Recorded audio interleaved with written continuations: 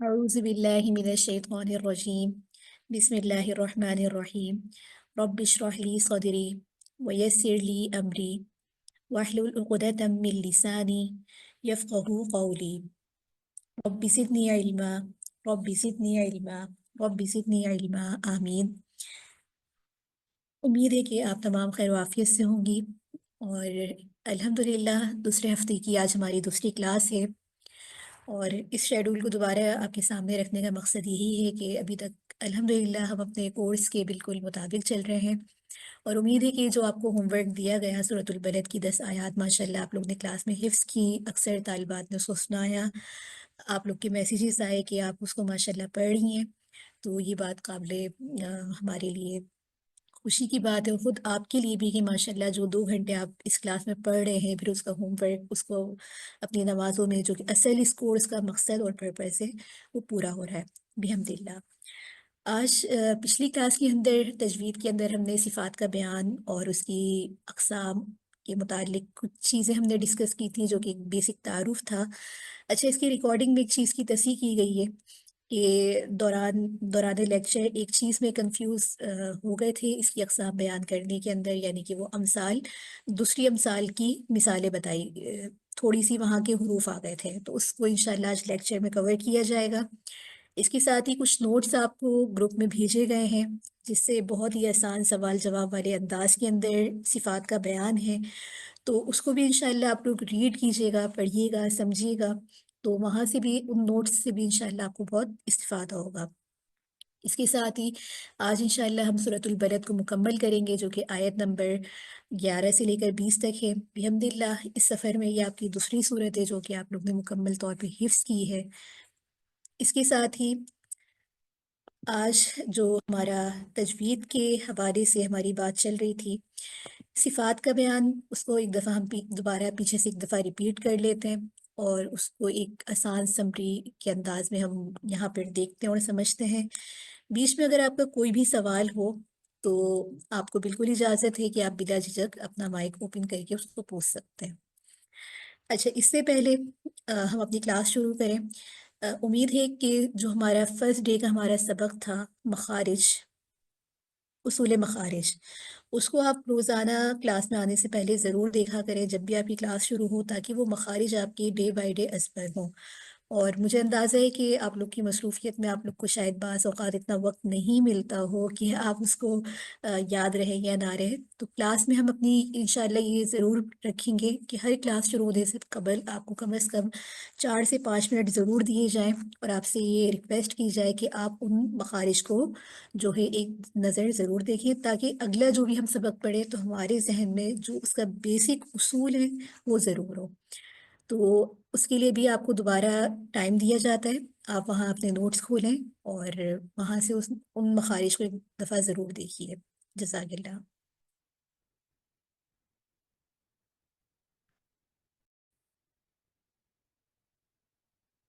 امید ہے کہ یہاں تک الحمدللہ آپ لوگ نے اپنے مخارج کو ایک دفعہ دوبارہ ریپیٹ دیکھا ہوگا، اور اس سے اللہ آپ کو استفادہ بھی ہوا ہوگا۔ وہ یہی تھا کہ آپ کے پہلے جو مخارج ہیں، بیسک مخارج ہیں، وہ ازبر ہوں، آپ کے ذہن میں ان کا دوبارہ خلاصہ آ جائے۔ اس کے ساتھ ہی سابقہ سبق جو ہم نے پڑھا تھا وہ صفات سے متعلق پڑھا تھا، اور صفات سے متعلق اگر کسی کو آپ میں سے وہ تعریف اور اس کی کوئی بھی اقسام وغیرہ یاد ہوں، تو اس کو ایک خلاصہ اگر آپ میں سے کوئی بیان کرنا چاہے تو آپ 2 سے 3 منٹ میں بتا سکتے ہیں۔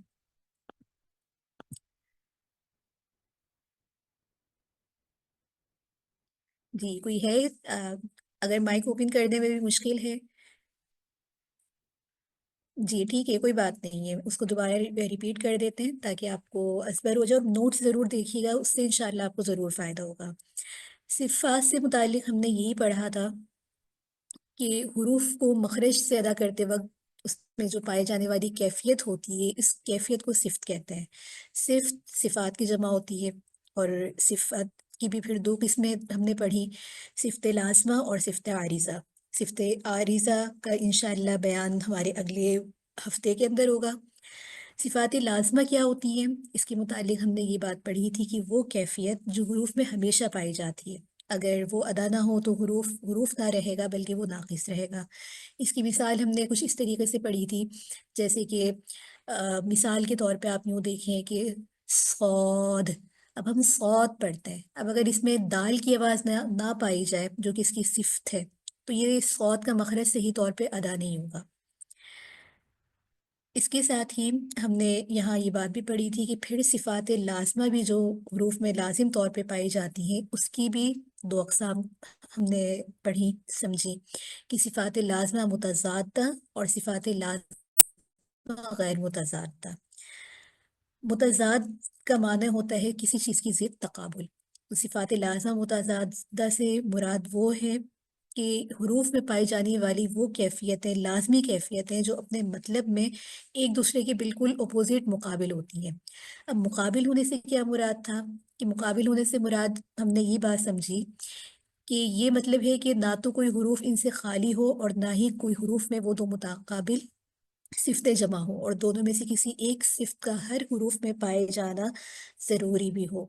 مثلا سخت اور نرم ہونا، یہ صفتیں ایک دوسرے کی ضد ہے، یعنی سخت ہونا ایک الگ اسپیشلٹی ہے، اور کسی حروف کو نرمی سے ادا کرنا یہ الگ صفتیں ہیں۔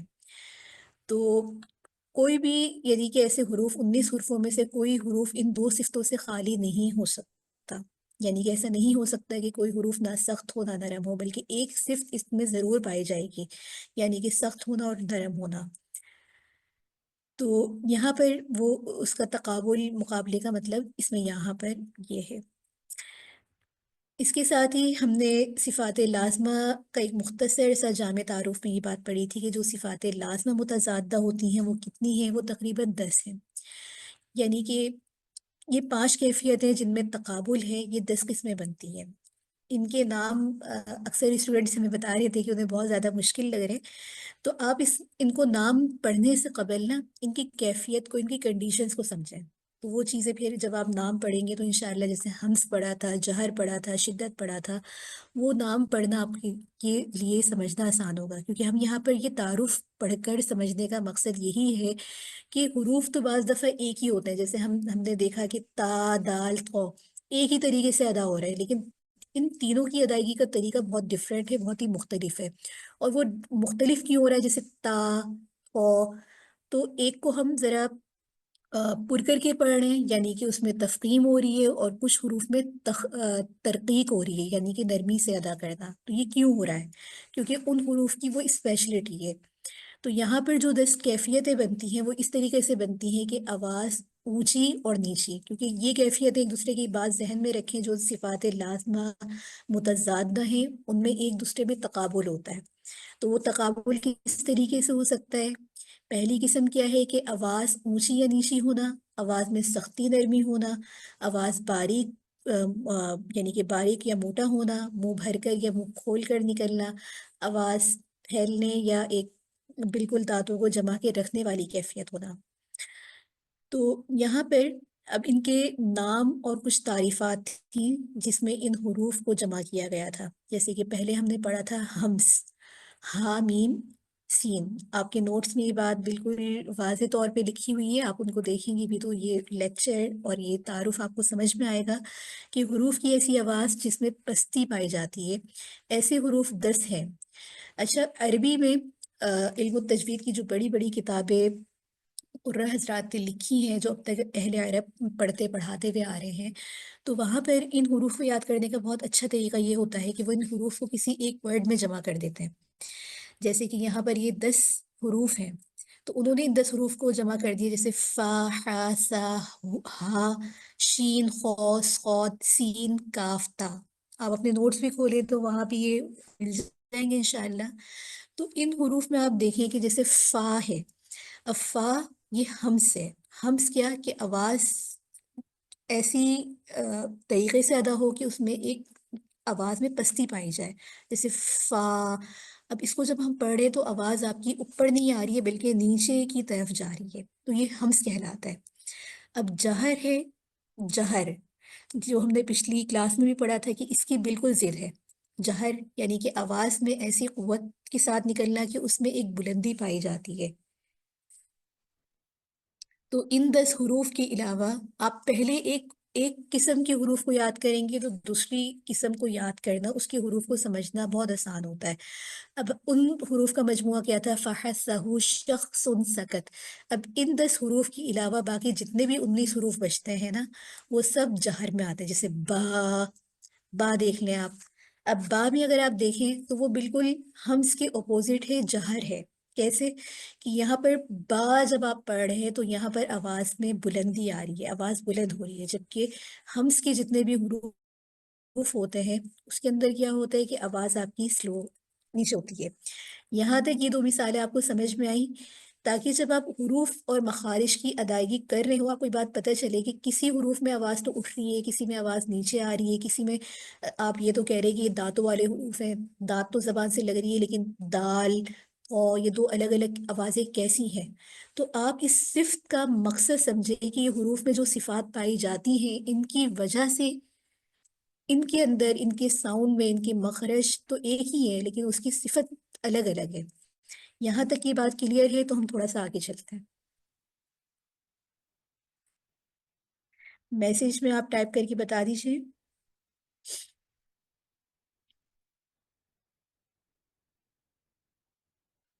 بحمد اللہ۔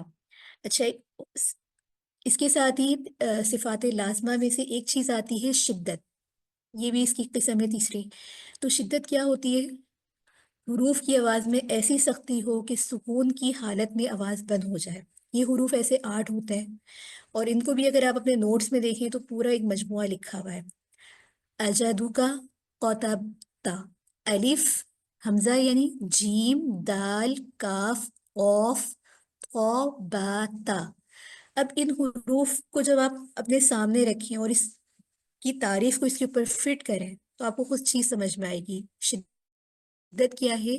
کہ حروف کی آواز میں ایسی سختی ہو کہ اگر آپ اس میں سکون کی حالت میں بھی آواز بند ہو جائے، جیسے جیم۔ اب جیم میں شروع میں سختی ہے، جیم۔ اب سکون کی حالت میں یعنی کہ یہاں پہ رکنے کی حالت میں آواز بند ہو رہی ہے۔ تو یہ جو شدت ہے، سختی ہے حروف میں، ان تمام 8 حروف میں پائی جاتی ہے۔ جیسے دال، اب یہاں پہ شروع میں جو ادائیگی کا اس کا ساؤنڈ ادا ہو رہا ہے اس میں ایک سختی آ رہی ہے، یہ شدت ہے۔ اسی طریقے سے آپ دیکھیں کاف، کاف کو جب ہم ادا کر رہے ہیں تو اس میں شدت یعنی کہ حروف کی آواز میں سختی پائی جا رہی ہے۔ اسی طریقے سے قوف، یہاں بھی شدت پائی جا رہی ہے۔ اب اسی کے بالکل اپوزٹ بتا رہے ہیں کہ رخوت، رو خو واو تا، چوتھی صفت کیا ہے کہ رخوت، شدت کی یہ بالکل ضد ہے۔ جیسے کہ ہمس اور جہر ایک دوسرے کے اپوزٹ تھے،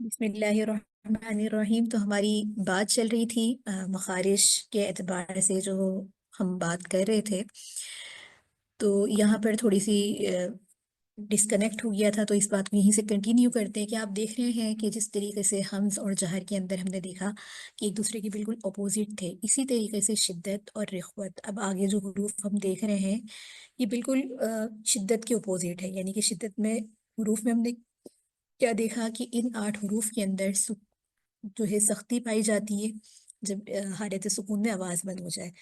اب رخوت کیا ہے کہ یہ شدت کے بالکل اپوزٹ ہے، کہ حروف کی آواز میں ایسی نرمی ہو کہ سکون کی حالت میں اس کی آواز جاری رہ سکے۔ اوپر کیا تھا، ایک تو حروف میں سختی تھی اور سکون کی حالت میں آواز بند ہو رہی تھی، جبکہ یہاں پر آواز میں حروف میں نرمی ہے اور سکون کی حالت میں آواز جاری ہے، اور یہ حروف 5 ہے۔ یہ حروف یعنی کہ 5 حروف اور یہ 8 حروف جو ہم نے اوپر پڑھے، ان کے علاوہ باقی تمام حروف جو ہے رخوہ میں آتے ہیں، یعنی کہ لام نون عین میم را، لن عمر، اور 8 حروف جو بھی ہم نے اوپر دیکھے، اجیدو کا، قوتب کا کے علاوہ باقی جتنے بھی حروف ہیں وہ رخوہ میں آتے ہیں۔ یہ آپ جب اپنے سامنے نوٹس رکھیں گے حروف کو، آپ اس کو ہٹا کر خود پریکٹس کریں گے تو اس سے آپ کو انشاءاللہ زیادہ استفادہ ہوگا۔ اسی طریقے سے اب آپ ان کے نوٹس کو از خود پڑھیں اور اس میں آپ اس کو کمپیئر کریں کہ یہ ایک مثال، جیسے ہمس ہو گیا، جہر ہو گیا، یہ ایک دوسرے کے کس طریقے سے الگ الگ طریقے سے کام کر رہے ہیں۔ ایک کو سمجھ لیا تو اگلا حروف، اگلی صفت آپ کو از خود سمجھ میں آ جائے گی، اور اس کے ساتھ ہی پھر آپ پریکٹس کر کے آپ کو جب پتہ چلے گا کہ اچھا یہ میں حروف جو ادا کر رہی ہوں، اس میں یہ جو فرق آ رہا ہے یہ اس کی صفت کے مختلف ہونے کی وجہ سے آ رہا ہے۔ تو یہاں تک جو ہے ایک جو صفات لازمہ کا ایک بیسک سا تعارف تھا، اور یہ حروف کے اعتبار سے بار بار جو سوال پہلے لیکچر کے اندر آ رہے تھے کہ حروف جو چینج ہو رہے ہیں، آپ یہ تو کہہ رہی ہیں کہ دادو صدا ہو رہے ہیں، لیکن تا، تو، یا ہا، عین، غین، یہ حلق کا حصہ تو ہے، لیکن ان میں فرق کیوں آ رہا ہے؟ تو انشاءاللہ امید ہے کہ یہاں تک وہ بات آپ کو سمجھ میں آئی ہوگی۔ اسی طریقے سے ایک جو ہے صفات لازمہ میں بھی ہم نے ایک دوسری قسم پڑھی تھی، صفات لازمہ غیر متضادہ۔ متضادہ تو وہ تھی کہ جو ایک دوسرے کی ضد کے اندر آتی ہیں، اور ہم نے اس کی اقسام بھی پڑھی ہیں۔ اور صفات غیر متضادہ کیا ہوتی ہیں کہ حروف کی وہ لازمی اور ضروری صفات ہوتی ہیں کہ اپنے مطلب میں وہ ایک دوسرے سے بالکل جدا جدا ہوتی ہیں، لیکن اس میں ضد اور تقابل ان میں نہیں ہوتا۔ ان میں صفات تو الگ ہوتی ہیں، لیکن جس طریقے سے ہم نے صفات لازمہ کے اندر دیکھا کہ وہ ایک دوسرے کی ضد تھیں، تو صفات غیر متضادہ میں ایسا نہیں ہوتا۔ الگ الگ صفات تو ہوتی ہیں لیکن وہ ایک دوسرے کی ضد نہیں ہوتی۔ تو یہاں پر جو اس کی قسم بیان ہے، تقریباً قرہ حضرات نے اس کی بھی کچھ اقسام لکھی ہیں، تقریباً 7 طریقے سے، جیسے کہ اس میں قلقلہ آ جاتا ہے۔ اب قلقلہ یعنی کہ ساکن جب حروف قلقلہ، یہ بات ہم پڑھتے ہوئے بھی آ رہے ہیں اور ہمارے اکثر قواعد میں بھی لکھی ہوئی ہوتی ہے کہ نون کے حروف قلقلہ جو 5 ہے، قوف، توبہ، قطب، جد، جب یہ حروف ساکن ہوتے ہیں، جب ان میں قلقلہ یعنی کہ ہلکی سی آواز پیدا ہوتی ہے۔ اسی طریقے سے تفشئی کہ منہ میں آواز کا پھیلنا، یہ صرف آپ کو صرف شین میں نظر آئے گی، شین آواز یعنی کہ منہ میں ایک آواز پھیل رہی ہوتی ہے۔ اسی طریقے سے استطالت، زبان کو دراز کرنا، یہ صرف غوط میں پائی جاتی ہے۔ جیسے کہ ہم نے دیکھا غوط کا جو مخرج ہوتا ہے وہ جو ہے زبان کو کی کروٹ داڑوں کی طرف جاتی ہے۔ اسی طریقے سے ایک ہوتی ہے صفیر، یہ ایک صفت کا نام ہے کہ حروف کے اندر سے سیٹی کی آواز نکلنا، جیسے صاد، زا، سین، ان تینوں حروف میں یہ صفت پائی جاتی ہے۔ تو یہ جو صفات کا پائے جانا ہے، یہ ان کی آواز میں ایک تکرار ہے یا قلقلہ ہو رہا ہے، تو یہ ان چیزوں کو واضح کرتا ہے۔ یہاں تک جو ایک صفات لازمہ کا ایک تعارف تھا، جس کو انشاءاللہ ہم اگلی کلاس میں بھی کچھ ریپیٹ کریں گے اور کوشش کریں گے کہ اس کے اکارڈنگ کوئی ویڈیوز بھی آپ کے ساتھ شیئر کی جائیں، تاکہ جب آپ ان کو سنیں تو آپ کو ان کا انشاءاللہ فرق بھی محسوس ہو۔ یہاں تک آپ کے تجوید کی جو بیسک ہمارا آج کا تعارف تھا وہ مکمل ہوتا ہے۔ یہاں کوئی سوال ہو تو آپ اس کو ضرور کریں، تاکہ پھر ہم اپنے ترجمے کے اوپر آئیں۔ جزاک اللہ۔ اس کے اوپر بارک اللہ فیک۔ ٹھیک ہے، اسی کے ساتھ آپ کے ساتھ جو ہے ورک شیٹ جو ہے شیئر کی جا رہی ہے، اور اس میں انشاءاللہ پھر آپ جو ہے ترجمہ کریں گی از خود۔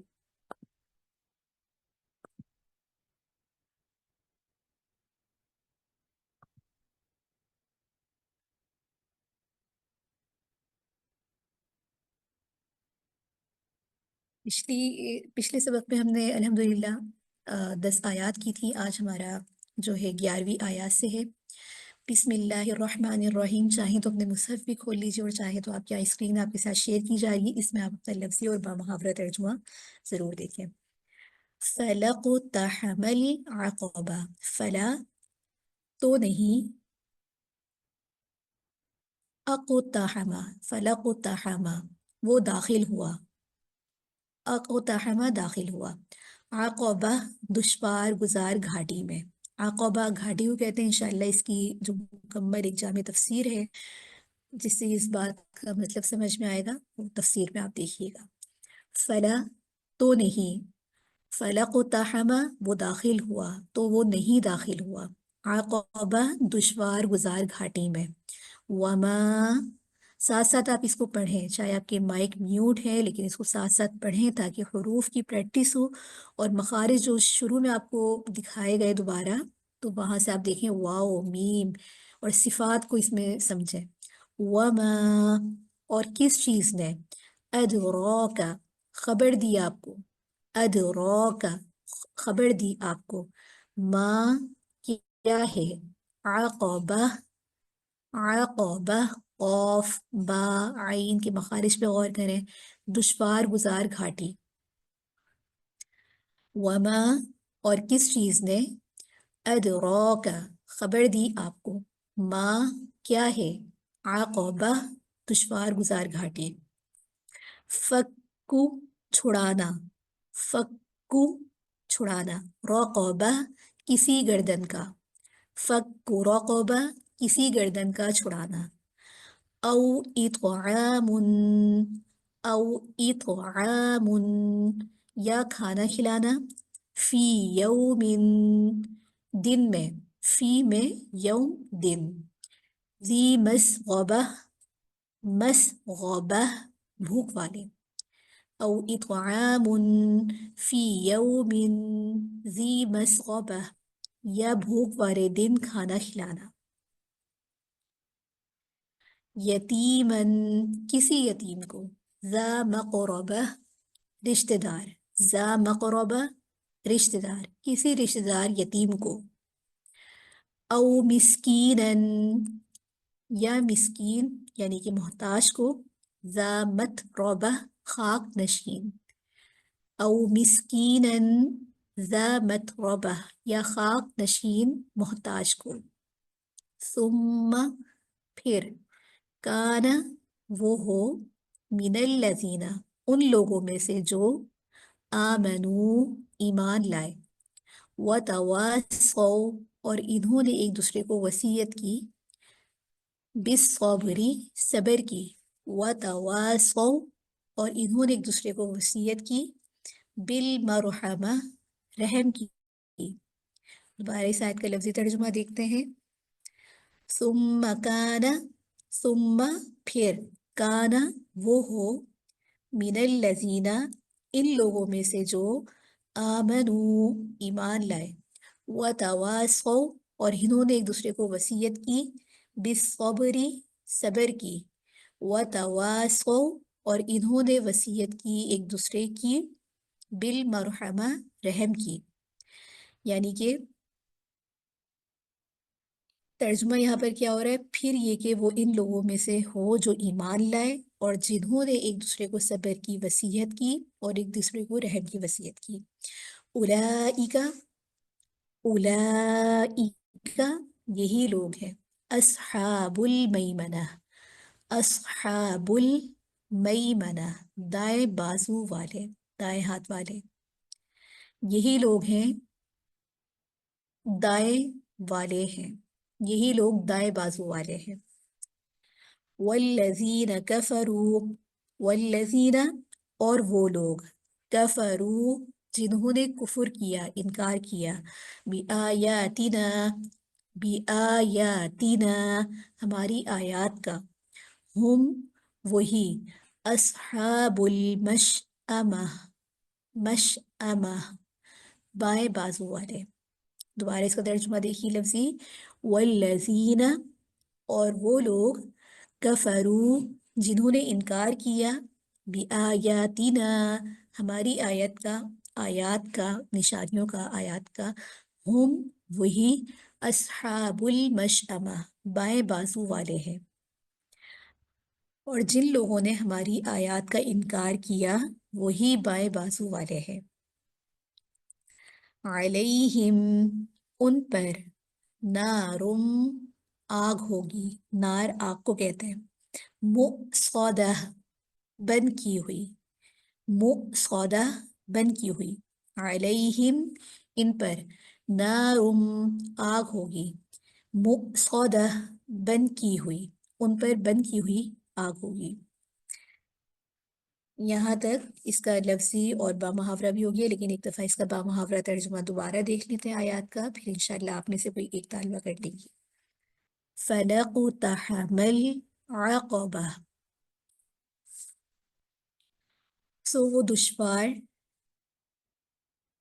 وہ دشوار گزار گھاٹی میں داخل نہیں ہوا۔ وَمَا أَدْرَاكَ مَا الْعَقَبَةُ، اور تم کیا جانو کہ کیا ہے وہ دشوار گزار گھاٹی، اور تم کیا جانو کہ کیا ہے وہ دشوار گزار گھاٹی۔ فَكُّ رَقَبَةٍ، کسی گردن کا چھڑانا، او اطعام فی یوم ذی مسغبہ، یا بھوک والے دن کھانا کھلانا، یتیماً ذا مقربہ، کسی رشتہ دار یتیم کو، کسی رشتہ دار یتیم کو، او مسکیناً ذا متربہ، یا خاک نشین محتاج کو، یا خاک نشین محتاج کو۔ ثم كان من الذين آمنوا وتواصوا بالصبر وتواصوا بالمرحمة، پھر یہ کہ وہ ان لوگوں میں سے ہو جو ایمان لائے اور جنہوں نے ایک دوسرے کو صبر کی وصیت کی اور ایک دوسرے کو رحم کی نصیحت کی۔ اولئک اولئک اصحاب المیمنہ، یہی لوگ دائیں بازو والے ہیں، یہی لوگ دائیں بازو والے ہیں۔ والذین کفروا بآیاتنا ہم اصحاب المشأمہ، اور جنہوں نے ہماری آیات کا انکار کیا وہی بائیں بازو والے ہیں، اور جنہوں نے ہماری آیات کا انکار کیا وہی بائیں بازو والے ہیں۔ علیہم نار مؤصدہ، ان پر بند کی ہوئی آگ ہوگی، ان پر بند کی ہوئی آگ ہوگی۔ یہاں تک یہ ترجمہ آپ کا ہوتا ہے۔ اب آپ میں سے کوئی ایک طالبہ اس کا لفظی اور ساتھ ساتھ با محاورہ ترجمہ بھی کریں، تاکہ انشاءاللہ یہیں پر ان کے مخارج کی بھی تصحیح ہو اور یہیں پر پھر انشاءاللہ جو ہے ان کا ریپیٹ بھی ہو جائے۔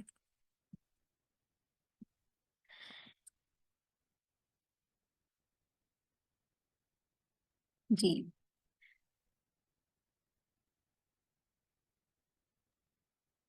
اعوذ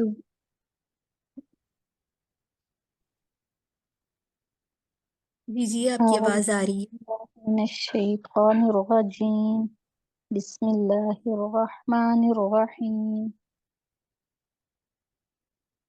فا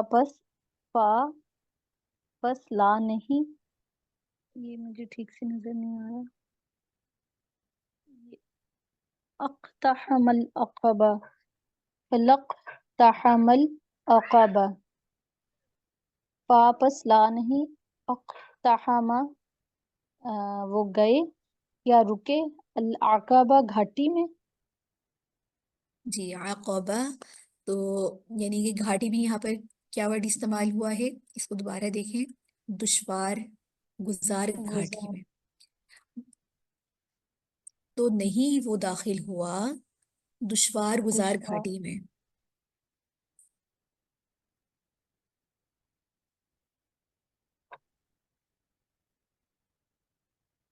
وما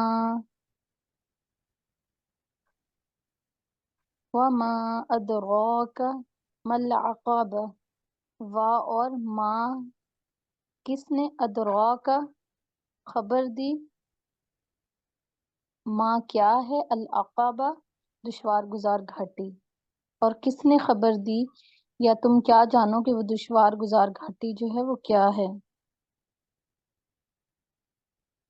واہ اور ماں کس چیز نے ادراکا خبر دی آپ کو، ماں کیا ہے العقبہ دشوار گزار گھاٹی۔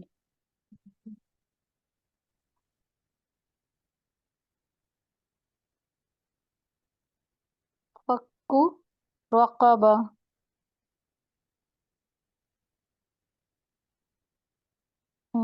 اس کا فکو، مطلب بول دیں۔ کوئی مسئلہ نہیں، اس کو یہاں سے آپ دوبارہ دیکھیں، چھڑانا، فکو چھڑانا، رقبہ کسی گردن کا، با محاورہ، فکو چھڑانا کسی رقبہ کسی گردن کا چھڑانا، مطلب کہ کسی گردن کا چھڑانا۔ بارک اللہ، او اطعام فی یوم ذی مسغبہ، دی مسغبہ، او یا اطعام کھانا کھلانا، فی میں یوم دن، ذی جی بارک اللہ، مسغبہ بھوک میں، بھوک والے، بھوک والے کو،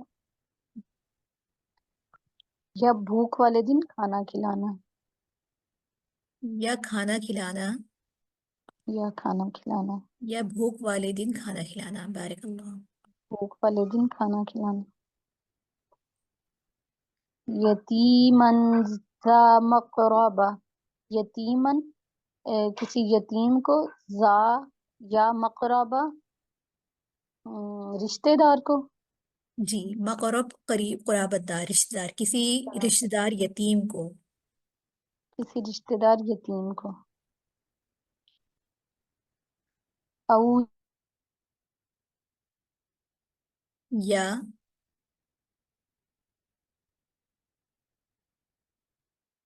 جی جی آپ کی آواز آ رہی ہے،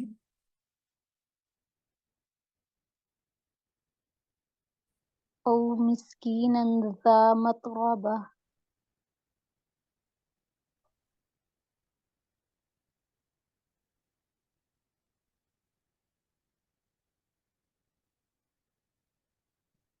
او یا او مسکینن یا محتاج کو، ذا متربہ خاک نشین کو، یا خاک نشین محتاج کو۔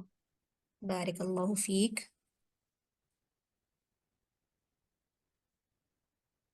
تم ثم کانا، ثم پھر کانا وہ، من سے الذین ان لوگوں میں سے، آمنو جو ایمان لائے، وتوا سو تو وہ وتواصوا، تلقین، واو کو تھوڑا سا اس میں ہوٹو گول کریں، وتوا وتواصوا، وتواسو تو وہ تلقین کرتے ہیں، بالصبر تلقین کرنا یا بالصبر یہاں پر نصیحت وصیت کرنا، تو انہوں نے ایک دوسرے وصیت، کو وصیت کی،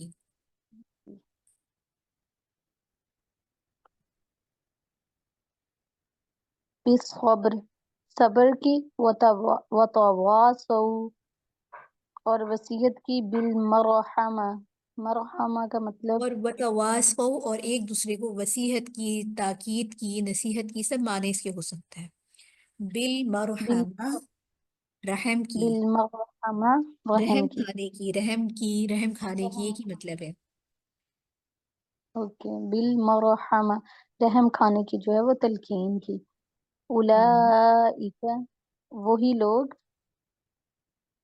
اصحاب المیمنہ